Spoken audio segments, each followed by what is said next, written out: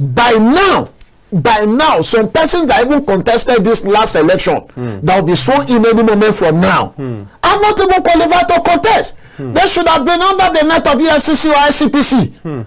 So, but because we don't have a country that asks effective question and do follow up, that is why we are where we are as a country. So, before the 2019 presidential election, President Muhammadu Buhari promised Nigerian youth that he will be handing over power to a youth when he will be leaving. The hearts of Nigerians would not stop or pouring out flows of sorrow, flows of grief, and flows of frustration until the right thing is done or until the objective is achieved. This is actually the present state of youths and adults alike in Nigeria right now.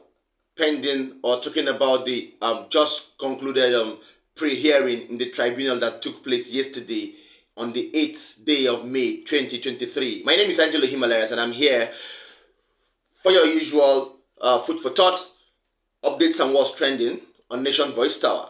Yes, without wasting much of your time, protesters stormed the Court of Appeal yesterday, asking the tribunal to, by all means, stop the inauguration of Asiwaju Bola Ahmed Tinibu. Yes, while the tribunal was going on, lots of protesters came up to face security agents in the appeal court to pour out their grief, even as justice was on course to be served, if possible. This group of protesters, who would not give specific names for their groups, but say they are a coalition of civil societies, urged the court to stop the inauguration of Asiwaju on the premise that there are still several pending issues involving the APC candidate. After a brief moment of congregating outside the appeal court building, security operatives were able to disperse the protesters even as proceedings continued inside the tribunal. Let me allow you watch a brief video of this group as they tried to make their grievances known to security operatives outside the appeal court building. We say our vote must come to, must come to. Our vote must come to, must come to. Our vote must come to, must come to. Our vote must come to, must come to. We say our vote must come to, must come to. Our vote must come to, must come to. We say freedom come by struggle, by struggle. Freedom come by struggle, by struggle. We say freedom come by struggle, by struggle. Freedom come by struggle, by struggle. It's supposed to. See, one thing is that I was happy they know what they did. Now, Shitima, they want to do him. And Shitima will give this one. I thought Moon has done well. If that hand over, no go work. For this country, no go work. He said PDP won the election. Even though the PDP are still like a bastard. I think we won the election. P2P go come. Then go. You're not supposed to do that handover. Anyway, go come back for better. Wait now, when they will be home. If Obi go come, anyway, no. Obi go come now. Just watch out. Obi go come now. Obi go come. Obi still dey go round. That handover. The whole fact dey his hand. That handover. The whole fact dey his hand. And give them to come outside and testify for you. I said, if they want to do it well, every polling unit should come out. And yes, I have the 3 polling units. They suppose cancel that election. The handover cannot work. If they no one follow it the way masses want, let them cancel it. They suppose cancel it too. But how we should Labour Party go come out like this now? We get on day. They go cancel them now. They know where Labour Party go come out and they think they hungry, follow them.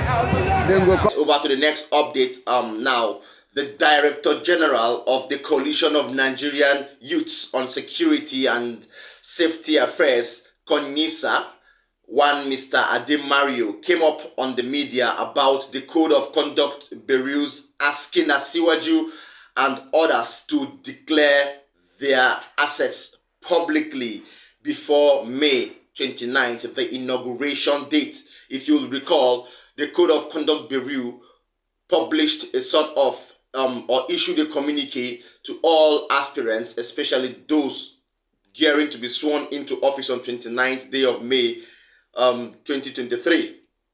The Code of Conduct Bureau came out to say that all aspirants and political aspirants and those holding or on course to hold public offices to publicly declare their assets before 29th to enable transparency. Okay, Ade Mario wanted the asset declaration to serve as a form of transparency acquisition for the government to come. Of course, he couldn't keep his mind to himself or his own thoughts to himself. He had to come on national TV to declare. Let me allow you watch Ade Mario himself. Every elected public officer, every elected public person that is going to serve us from May 29 for 4 years should be able to submit details of his or her assets. When you declare your assets, there's going to, you see, that agency is empowered to do a follow-up on what you got after you come in and when you are going. Now, the fact is that this is where it makes easy to monitor those that loot. But because of the kind and types of country we find ourselves today, it is difficult to kind of make this agency to work effectively as its mandate was given. Because some of these persons that are there, some people place them there. So they are answerable to those that put them in that office, not to Nigerian citizens. And this is where we're having problem. So if this agency has actually been working well and working effectively, by now, some persons that even contested this last election that will be sworn in any moment from now are not even qualified to contest. They should have been under the net of EFCC or ICPC. So, but because we don't have a country that has effective question and do follow up, that is why we are where we are as a country. So, we are saying in other way around that the public bureau, the code of conduct bureau should actually wake up and look beyond what they gain as individuals, but as what Nigerian as a country will benefit. If this agency should sit up, I want to tell you, what that we recover back for this country will be enough to take this country in the next 20 years. So all said and done. If you're just joining us, this is still Nation's Voice. So don't forget to tap the subscribe button. Also tap the notification bell so you will get an update anytime we drop one. And don't forget to make our videos go viral too, as we move on in the cause to fight for the justifiable justice in the judiciary. Yes, that's that. If you ask me my take on that, of course, the protesters were just doing what they feel is right. They feel that even at the tribunal, even in the presence of the judiciary, there can still be some sort of hitches, or there could still not be justice served. That is what I feel these protesters feel by coming to stage a protest in front of the Court of Appeal. So even as proceedings were going on, I feel that these people or these protesters couldn't hold their peace. They felt there won't be justice in the tribunal, so they had to make the protest so visible. Whether protest or not, I believe that if justice is going to be served, justice will be served. Of course, there are three arms of government: the executive, the legislature, and the judiciary. So the executives have been elected into office. The legislature have passed this act into bill, making up the 1999 Constitution as amended in 2018. And they have made this Constitution clear that guidelines should be followed in order to achieve justice and to achieve democracy in the process of the election of all executives.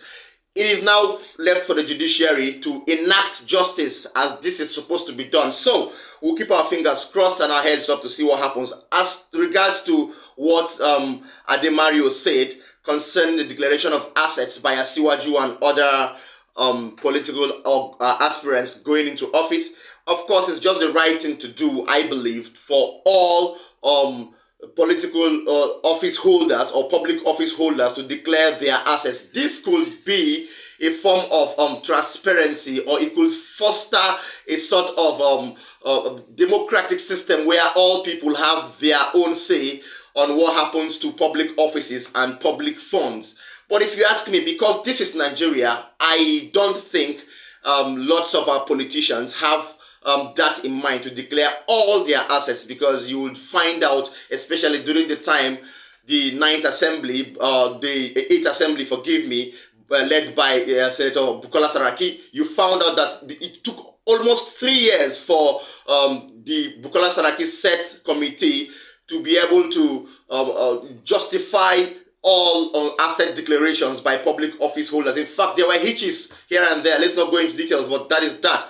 So we'll hope to see if the right thing will be done according to what Mario Ade came to say on national TV. Thanks for joining us. Don't forget to stay glued to Nations Voice Tower. See you in my next video. Bye.